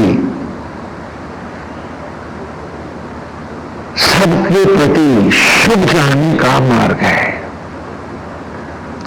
और सोचिए, विचार कीजिए, आज आप बदले की भावना में जरूर बैठे हैं, तो मैंने तो उसका बदला करना है, मैं तो आज पूजा करके रहूंगी, फलाना करूंगी, अब तो भगवान को मेरी सुननी पड़ेगी। तो बात बताइए, ये बदले का भाव कहां रखना है आप? भीतर। तो कौन सर रहा है? आप, ये जिसके लिए आप रखना है वो। बस क्षेपक कथा में यही दिखलाया गया था कि उसके लिए जो लिया गया वो ब्राह्मण वो नहीं था, इसलिए पूजा कर रहा था। हाँ, तमाम कथाएं, नाटक आप लोगों ने बनाए। तो कहा कि सन देव महेंद्र वाजवदस में जो आत्मास्थ होकर जीते हैं, जो आत्मा को ही सब कुछ मान के जीते हैं, जो आत्मा की ज्योतियों में बस के जीते हैं, जो जानते हैं कि क्षीर सागर मंथन के इस ज्योति को, देवत्व को बुलाना है, अर्थात अच्छे स्वभाव को, अच्छे विचारों को देना है, तो हमें मोक्ष मिलेगा। और बदले की भावना, क्रोध, ईर्ष्या, द्वेष, आसक्त और भटकाव के लिए अगर हम बटोर रहे हैं तो स्पष्ट है कि उनके साथ ही फिर हमें भटकना पड़ेगा। अगर जो बीजोगे वही तो काटोगे। और हम हैं कि अपने स्वभाव के प्रति बिल्कुल सतर्क नहीं रहना चाहते हैं, और हम खाली माला फेर करके कुछ नई सिद्धियां काय के लिए चाहते हैं कि कुछ असुरत्व और बढ़े। हाँ, मेरा दम्भ बढ़े, मेरा ईगो बढ़े, मेरा थोथा मिथ्या अभिमान बढ़े, कुछ पैसा बढ़े, लोग मेरा यशगान करें। अगर पूजा का ये उद्देश्य है तो बेशक हाँ, या फिर राहु और केतु अमृत पिएंगे और देवत्व प्यासा रहेगा। और इसी प्रकार आज की ऋचा में आए जो कह रहे हैं, हम मधुछंदा सुना रहा है वासुदेव को, सतही स्तर पर एक सरल बात कर रहा है, गहराइयां अनंत है उसमें, कि सुते सुते योग से बृहद बृहद ऐश्वर्य इंद्रिय शूषण अर्चते। यहां जब भी शब्द कोई शब्द दो बार आता है तो दो अर्थों में आता है। ये सुते सुते निचोड़ हमें, उभार हमें। सुत माने निचोड़ना, मिलाना, यज्ञ होकर देना, अर्पित होना। और सुते माने, सुत माने आप जानते हैं बेटा भी होता है, उत्पन्न करना। तो जलाओ हमें, उठा हमें, सुते सुते। योग से न्योकस कहते हैं देवलोक में रहने वाला, देवधाम में रहने वाले, एक विशिष्ट प्रकार के क्षीर सागर में बसने वाले, वैकुंठ में रहने वाले और हर शरीर के वैकुंठ में आत्मा होकर प्रतिष्ठित होने वाले। तो ये गोविंद, आज तू ही जला और आज हम तुझ में ही समाए, तेरा ही अंश हो जाए। सुते सुते योग से बृहद, हे महान, बृहद इन ब्रह्म ज्वालाओं को, मेरे अंतर की अग्नियों को और प्रज्वलित कर कि लपटे उठे, रोम रोम ज्योति हो जाए, सब कुछ जल जाए। सुते सुते योग से बृहद, हे महान, उस महान ऐश्वर्य अर्थात सांकल्य को जलाने वाली, जो सांकल्य की शत्रु में जो भस्म कर देती है, ऐसी अग्नियों को, प्रलय ज्वालाओं को, अग्नियों को प्रज्वलित कर इन ब्रह्म शूषण अर्चति, इन ब्रह्म ज्वालाओं से शूष माने मोक्ष को, अमर अवस्था को प्राप्त करा। आज यही अर्चना है हमारी। कह रहा है मधुचंदा श्री कृष्ण से यज्ञ की ज्वालाओं में, और इस विषय को वही नहीं सुना रहा है, उसका रूम रूम सुना रहा है। सब देख रहे हैं कि उसकी दिल से अग्नियां सचमुच प्रज्वलित हो रही है। एक विचित्र आभा और एक प्रकाश उसका फैलता जा रहा है। उस सुगम्य वातावरण में, उस स्थान पर, और आश्चर्य के वो स्थान आज भी ज्यों का त्यों है, चारों ओर प्रकाश फैल रहा है। देवदार के वनों का कुंज है, उत्तरायणी गंगा का तट है, दूर दूर तक फैला मौन है, और एक विचित्र आलोक, एक आभा उसके रूप में उभर रही है। कभी वो मधुचंदा दिखता है तो कभी वो कृष्ण नजर आने लगा है। वासुदेव इधर भी है, वासुदेव उधर भी है, झलक इधर भी लगती है, झलक उधर भी लगती है। सब ऋषि इस अद्भुत अलौकिक दिव्य प्रकाश को देख रहे हैं। मधुचंदा अपनी पूर्णताओं की ओर बढ़ रहा है। मधुचंदा आज ये ऋचाओं को सुनाई गई ही नहीं, इसकी भी चाहकर दिखा देगा, ऐसा मधुचंदा ने कहा है। इतिहास एक बहुत बड़ी करवट लेगा और गीता के उस महावाक्य को, जिसे आज हम खाली पढ़ के चले जाते हैं कि शुक्ल कृष्ण गति हेते जगता शाश्वते मते याति अनावृत्ति अन्य आवर्तते पुनः, जो कृष्ण ने कहा है कि अर्जुन, इस जगत की शुक्ल और कृष्ण दो अवस्थाएं हैं। एक सकाम मार्ग है, एक धूम्र मार्ग है, जिसका पितृयान है। वो मार्ग है चिता का, कि जहां इस शरीर के पितृ अर्थात वो पेड़ जिनके फलों से ये बना है, वही यान बनेंगे, वाहन बनेंगे, उसी की गोद में ये लेटेगा और अग्नियां उसको धूम्र मार्ग से पुनः पुनः जन्म की ओर ले जाएंगी।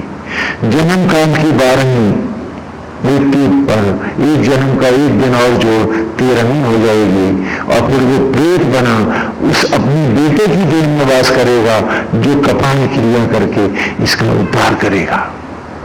10वां पर्यंत उसी की इंद्रियों से वो गीता गरुड़ भागवत सुनेगा, प्रायश्चित करेगा, और तब यथा योनि गमन करेगा। और दूसरा शुक्ल मार्ग है, जिसका देवयान है, देवयान को दिखा रहा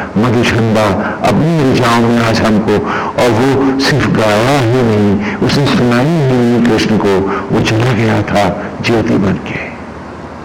देव मानी आत्मा, वो जो आत्मा के लिए जिया, जो आत्मा स्वरूप जिया, आत्ममय जीवन हुआ जिसका, जिसने आत्मा को ही अपना सर्वस्व माना, जो बाहर सबके साथ जीता हुआ भी एक आत्मा के साथ जिया, जिसने सामने एक गोविंद का भाव लिया, आज मधुचंदा उसी दिव्य राह पर जाने को आतुर है।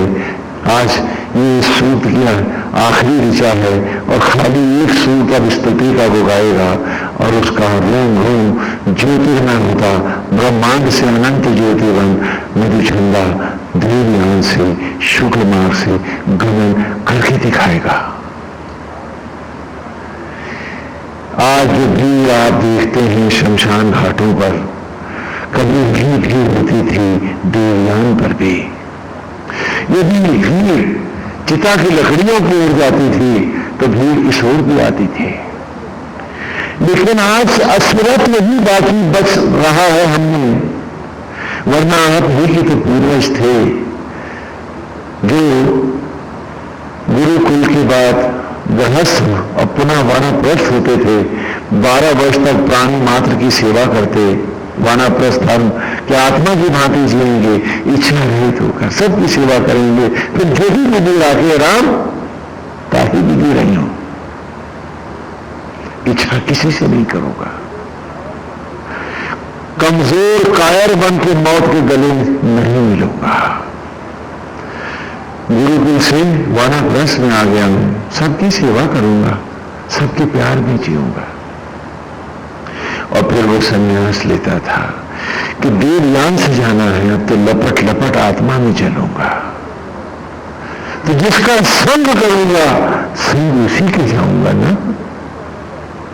लेकिन आज हम भजन भी जाना चाहते हैं तो आसक्तियों के लिए, पूजा भी कर रहे हैं तो असुरत्व को पाने के लिए, हमारे फलाने भौतिक काम ठीक हो जाए, हो या ना हो तेरे को तो जाना। उनका महत्व कितना है हम नहीं जानते हैं, हम सोचना भी नहीं चाहते हैं। यदि देव की ओर झुकते, देव को सर्वस्व मानते तो यकीनन देवयान से जाते। हमने तो जगत को ही सब कुछ माना है, तो बताओ मालाएं हमारी हमें कहां से इस रास्ते पर ले जाएंगी। लोग सुनना, हर व्यक्ति लेता था, हर ग्रास लेता था। क्या मैं वानप्रस्थ लेता हूं, मैं संन्यास लेती थी।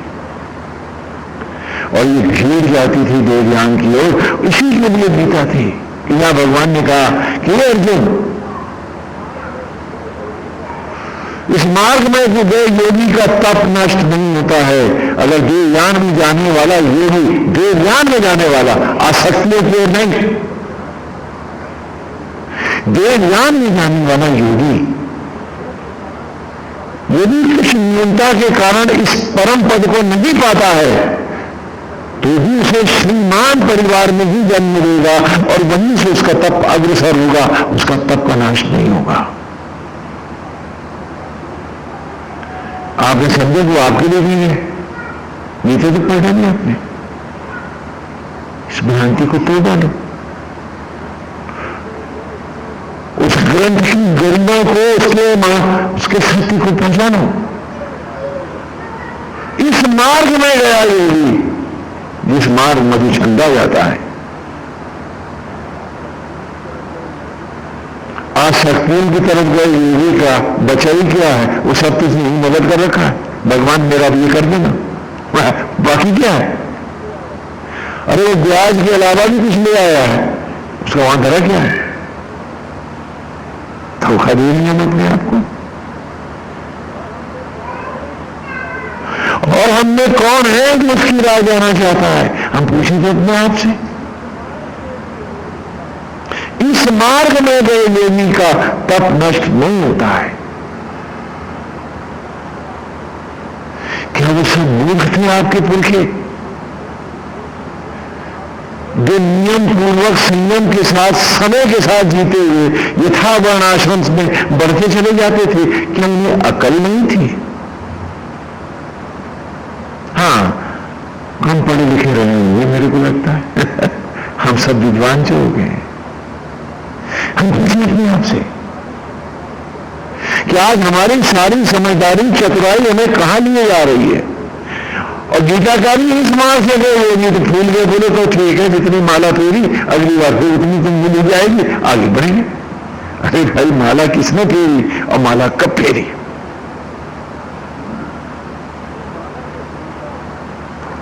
तुम माला के हुए कब? तुमने नारायण को जाना कब? तुम ईश्वर होकर जिए कहां? तुम तो झूठ में, प्रपंच में, मैं और मेरों के पाप छिपाने में, अपनी कमजोरियों पर पर्दा डालने में लगे रहे। हाय को जान न ले, हाँ, और दूसरों को अपने थोथे सम्मान को रखने के लिए बाकी जगह जाके भ्रम के बादल खड़े करते रहे। तुम इस राह गए कब थे? हम पूछा मैं आपसे। इन ऋचाओं के सही जिए होते, इन संस्कारों को जीवन में डाल के कि गोविंद सब चला जाए, कुछ फर्क नहीं, नारायण आप रहो, बस आप रहो, प्रभु आपकी भक्ति है, आपका रूप बसा रहे, आपकी इस मनोहारी छवि को हर सांस हर क्षण पीता रहूं, और नारायण विनम्रता से आपका निमित्त बना भक्ति निरत भरत की भांति कोई गद्दी न स्वीकारूं। मैं तो सचराचर के चरणों में बिछा रहा हूं गोविंद, जिससे चरण आपके सदा मुझे छूते रहे। मेरी समापी की तो बनाई है गोविंद, आज आपको इनमें नहीं देखूंगा तो फिर आपको कहां देखूंगा? आप उन सबको बनाने वाले हैं, और ऐसी विचित्र, ऐसी अलौकिक दिव्य चितेरी हैं आप वो चित्रकार हैं जिसकी तो महिमा ही न्यारी है, कि स्वरूप कृति शोध गोद से देवी कि स्वरूप कृत्रिम संपूर्ण श्रवण संकार को, इन खिलौनों को कृत्रिम बनाने वाले कृत्रिमन कलाकार चितेरी बनाता है ये खिलौने तो, और नहीं, और हर खिलौने में स्वयं बन जाता है आत्मा होकर। ऐसा चित्रकार कहां मिलेगा जो चित्र बनाए और स्वयं उस चित्र की आत्मा बनकर उसी में व्याप्त हो जाए। ऐसा दूरी चितेरा तू ही है, दूसरा कहां होगा, कैसे होगा? कि बना रहा खिलौने, सजा रहा खिलौने, जिला रहा खिलौने, और बना है हर खिलौने में व्याप्त है उसके रूप में। कैसी अद्भुत लीला है तेरी, और ये खिलौने आज तुझे नहीं जानते, असुरत्व ही पहचानते, तेरे रूप को नहीं जानते, तेरी महिमा नहीं जानते, तेरी राह नहीं जाना चाहते हैं गोविंद।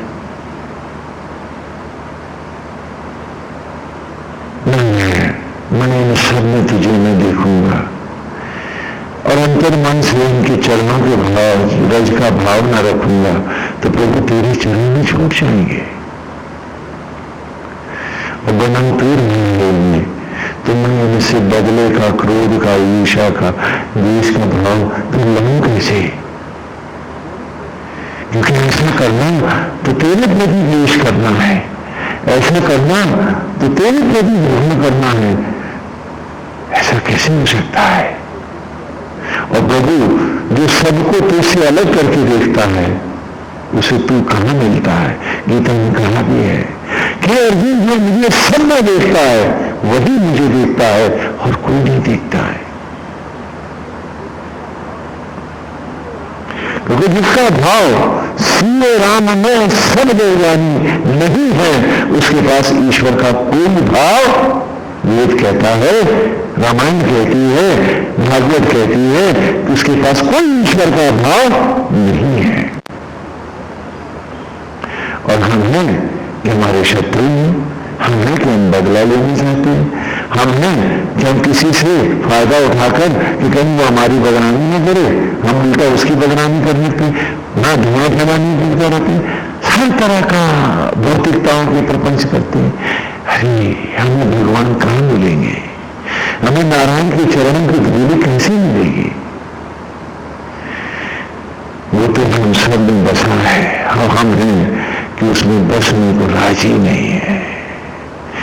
पूर्व की सूक्त में, इस सूक्त से पहले वाले सूक्त के आरंभ में कि ऋचा को याद करो कि इंद्र सजित वंदो सदा सहम वरिष्ठ मूर्तये भर।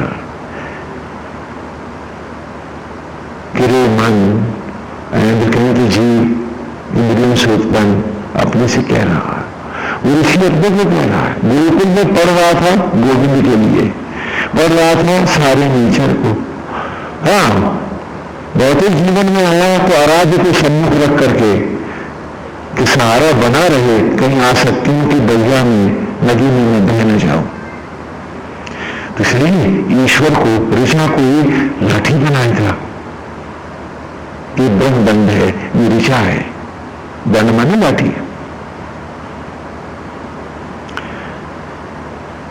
और जब संन्यास में आया तो ये ऋचा ही नाव हो गई है जिस पे वो तैर रहा है। क्या बात है, एक ही ऋचा उसके हर युग में, हर काल में, और इस प्रकार सूक्त के सूक्त उसके रूम रूम में सिले और पिरोए हुए हैं। वो भी कैसे, जिसके पास वो ऋचा जो उसका सहारा तब बनी थी, और जब बहने का समय आया तो वो नाव हो गई है। वो ऋचा के लिए गोद में बैठा है, वो डूबेगा कैसे। और हम हैं कि ऋचाओं को यूं फेंक के चले जाते हैं। क्या इंद्र शाम सुन रहे जीव उस अजीब अमन अविनाशी ईश्वर को पहचान शान सुन रहे हैं कि जो रोम रोम तेरे साथ है, जो तू उसमें सना हुआ है, जो तू उसमें व्याप्त है, एक दूसरे में लिपटे हैं। अगर वो न होता तो ये शरीर तेरा सड़ न गया होता।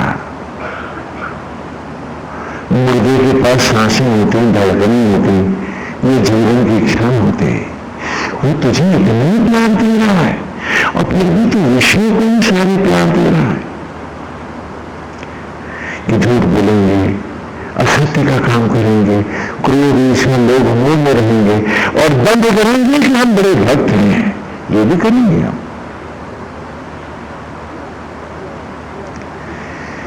क्या उसने भी ऐसा किया है जो लिपटे हैं तुझसे? क्या उसने भी तो उसको कहीं धोखा दिया है कि तू उसके नाम पे धोखे बांट? तो कहा नहीं। फिर जीव आज उस अमर आत्मा की ज्योतियों में अपने आप को बसा ले। सजित मानव, क्या भूल गया कि हर जय उसी के द्वारा मिली है तुम्हें? सजित मानव, वो हर जय के साथ वही जुड़ा हुआ है, वही दिलाने वाला है तुझे। वो ना होता तो तेरा मुर्दे का घर कौन सा होता, मुर्दे के रिश्तेदार कौन होते, ये मुर्दे शरीर भी तो न होता, तेरा अस्तित्व कहां होता। तो जो जो कुछ तूने पाया है संतान में, मकान में, परिवार में, उस आत्मा के द्वारा तेरी संभव हुआ है। वह तो इसी बुद्धि में बैठा है। किसान असीम नहीं, सचित्वानम, जो हर जय का कारण है तेरी, जिसके कारण ही जीवन की तेरी सारी उपलब्धियां हैं, और सदा सहम, और जो तेरा नित्य साथ करने वाला है। हाँ, क्या कहा? सदा सहम, तेरा नित्य साथी है। संत कबीर ने इसी को बड़े मधुर ढंग से कहा है कि चलते गिरिया हमका उड़ाने चादरिया, भीतर से जब बाहर लाए छूट गई सब महल अटरिया, चलते गिरिया हमका उड़ाने चादरिया। चार जने वो लिखाट उठाई, भीतर से जब बाहर लाए छूट गई सब महल अटरिया, चलते गिरिया हमका उड़ाने चादरिया। और 4 जनी मिली खाट उठाई, रूरत ले चले डगर डगरिया, चलते गिरिया हमको बनाई चादरिया।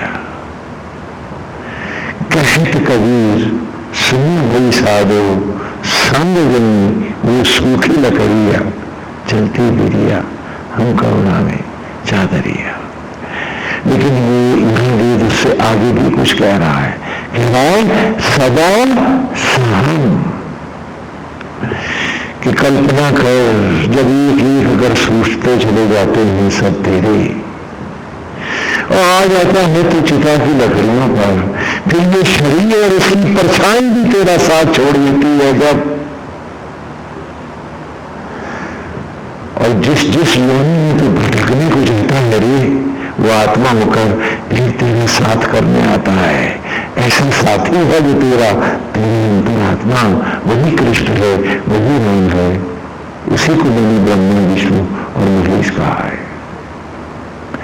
तो सदा सहम,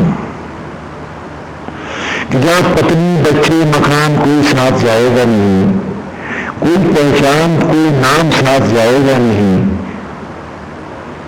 जहां जिस योनि में तो भटकने जाएगा वो बन के सारथी तेरे, जिस योनि का जो तेरा शरीर होगा उस रथ को चलाने आएगा, तेरा साथ देगा, तुझे सांसें में धड़कने देगा, तुझे प्यार करेगा। और आज तू उसी प्यारी को बुलाए बैठा है, कैसी विचित्र बात है। सदा सहम, हम उसे भूल जाते हैं। तो इसलिए गीता ने कहा है कि हे अर्जुन, जो मुझे सब में भेजता है वही मुझे भेजता है, जो मुझे सब में देखता है वही देखता है। और कहा कि मैं ही बीज हूं संपूर्ण सचराचर में, हर यज्ञों का यज्ञेश्वर मैं अर्थात आत्मा ही है, हर यज्ञों का यज्ञेश्वर है, आत्मा ही बीज है, वही सृष्टि को करता है। कोई पिता उंगली बनाना नहीं जानता है, किसी मां को एक हाथ बनाना नहीं आया है, विधाता ही बना रहा है। तो हम सब, यही गीता में भगवान ने कहा है। और आश्चर्य है कि हम गीता को पढ़ते हुए भी न पढ़ते हुए, इसी का नाम शायद स्थिति प्रज्ञा है, भजते हुए भी न भजते हुए, जानते हुए भी न जानते हुए, और आसक्तियों में लिपटते हुए हम सब स्थिति प्रज्ञ हो गए हैं। क्या बात है। गीता का मर्म इस ऋषि में ही आगे खुलता है, अथवा यूं कहें कि इस ऋषि के मर्म को ही गीता लेके चलती। बात एक ही, रेसिप्रोकेटिव। चाहे कहीं से, किसी ग्रंथ से कहीं से उठा लोगे, बात लौट वेद तक आएगी। वेद में बीज हैं और फुलवारी हैं, सारे सदग्रंथ इन्हीं बीजों से उपजे हैं। और यही बात मधुसूदन में गई है कि संगो मदिंद्र वाघव 10 में, अरे जीना है तो ब्रह्म ज्वालाओं की ज्योतियों के संग जी, इन महान रश्मियों में डूब जी, गोविंद का हो कीजिए। और इसी धारा को, क्योंकि गुरुकुल से पढ़ के आते थे आपके पूर्वज, चाहे वो ब्राह्मण थे, क्षत्रिय थे, जो भी थे, वो जब गुरुकुल से वेद की धाराओं से पवित्र होकर आते थे तो गृहस्थ धर्म को भी वो एक तपस्थली के रूप में धारण करते थे। क्या कि जैसे परमेश्वर, ध्यान से सुनो बात को, कि जिस प्रकार परमेश्वर नारायण सचराचर का स्वामी सारे संसार को धारण करता है, भेदभाव से, लोभ मोह आदि से रहित होकर, क्या भगवान इच्छा लोभ मोह करते हैं? बताओ तो, नहीं करते। हाँ, तो इसी प्रकार, क्योंकि मुझे जब पिता की राह जाना है तो मुझे वही रिहर्सल करने हैं जिससे मेरे संकल्प मजबूत हो। तो मैंने गृहस्थ धर्म को क्यों धारण किया है? कि वो तो सचराचर को धारण करता है, वो तो सर्वशक्तिमान है। चलो मैं जी पिता की राह जाना है, तो मैं एक छोटे से परिवार को धारण करने का, ईश्वर की भांति धारण करने का रिहर्सल करूं, नाटक का पूर्वाभ्यास करूं, अपने लिए वो सामर्थ्य लाऊं, अपने लिए वो चाहत लाऊं, न कि आसक्तियों में डूब जाऊं जो आज आप करते हैं। और आप इस अधर्म को ही धर्म कहते हैं। आश्चर्य होता है। और फिर पता नहीं आपका कौन सा ईश्वर होता है, क्योंकि जिसका आत्मा नहीं, जिसका शरीर उसका नहीं, जो ईश्वर की बनाई इस धरोहर को पहचानता नहीं है, उसका ईश्वर कौन सा है? उसका राम कहां है? उसकी पूजा कैसी है? उसकी भक्ति कहां है?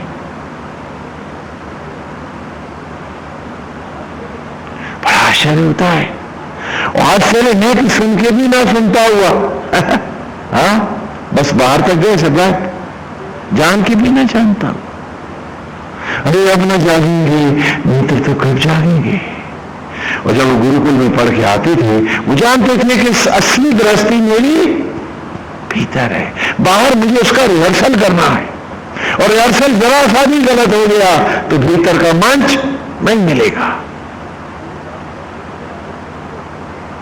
तो इसलिए दाम्पत्य धर्म को पति और पत्नी पूरी निष्ठा और ईमानदारी से निभाते थे। लोग मोह आसक्तियों अथवा वासनाओं के लिए उनमें कोई ही भटकता नहीं था।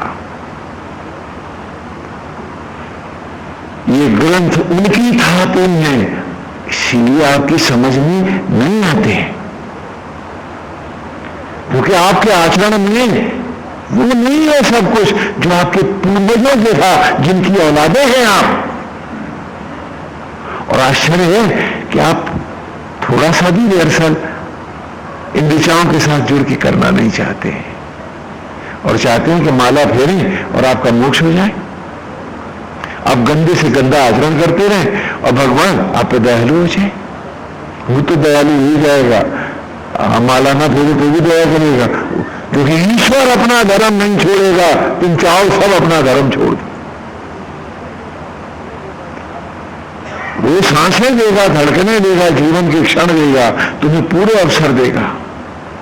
और वेद ने कहा कि तुम सबको उसने 120 साल की जिंदगी दी है। अब 1 साल में 2 साल आसक्तियों में जी रहे हो, तो इसमें विधाता क्या करे? निर्णय तो तुम्हें को लेना, क्या बरस जीना। उसने किसी के साथ कोई कमी नहीं करी है, सबको भरपूर दिया है कि तुम नाना योनियों में ज्ञान अर्जित करके आए हो। इम्तिहान की घड़ी है, जैसे चाहो पर्चे पे लिखो या कापी फाड़ो, मर्जी तुम्हारी है। तो रिजल्ट की बारी है, मर्जी तुम्हारी। तो क्यों ना हम अपने पूर्वजों से ही आचरण को देख लें, सारे वेद स्पष्ट हो जाएंगे। तुम्हें ईश्वर की कोई व्याख्या करने की जरूरत नहीं है कि वो क्या है, ईश्वर की क्या है कि क्या है। इन नाटकों का भी कोई काम नहीं है। आचरण में ही ईश्वर खोज लो, व्यवहार में देख लो, सत्य में देख लो, तुम्हें मिल जाएगा। और वो आत्मा होकर भीतर बैठा है, उसे पहचान लो। यही वेद व्यास के सामने वेद व्यास लिखते जा रही हैं। वासुदेव बैठे हैं आराध्य पीठ पर और मधुचंदा लपट लपट हो रहा है, उसका रूप बदल रहा है। लगता है कि कृष्ण उधर भी है और कृष्ण इधर भी है, दोनों ओर से ज्योतियां हैं। सुना हो वेद रहा है और जाने कितनी कितनी बातें कर रहा है, कैसी कैसी बातें कर रहा है। वो वासुदेव जानते हैं, मधुचंदा जानता है, बाकी